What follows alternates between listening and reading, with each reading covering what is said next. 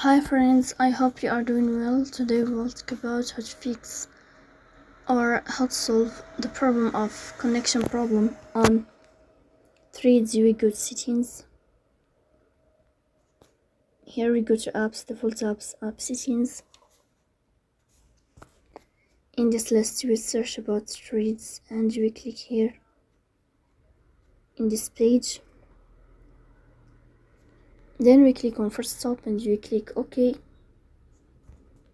Here you will enter to storage. Then we click on clear cache.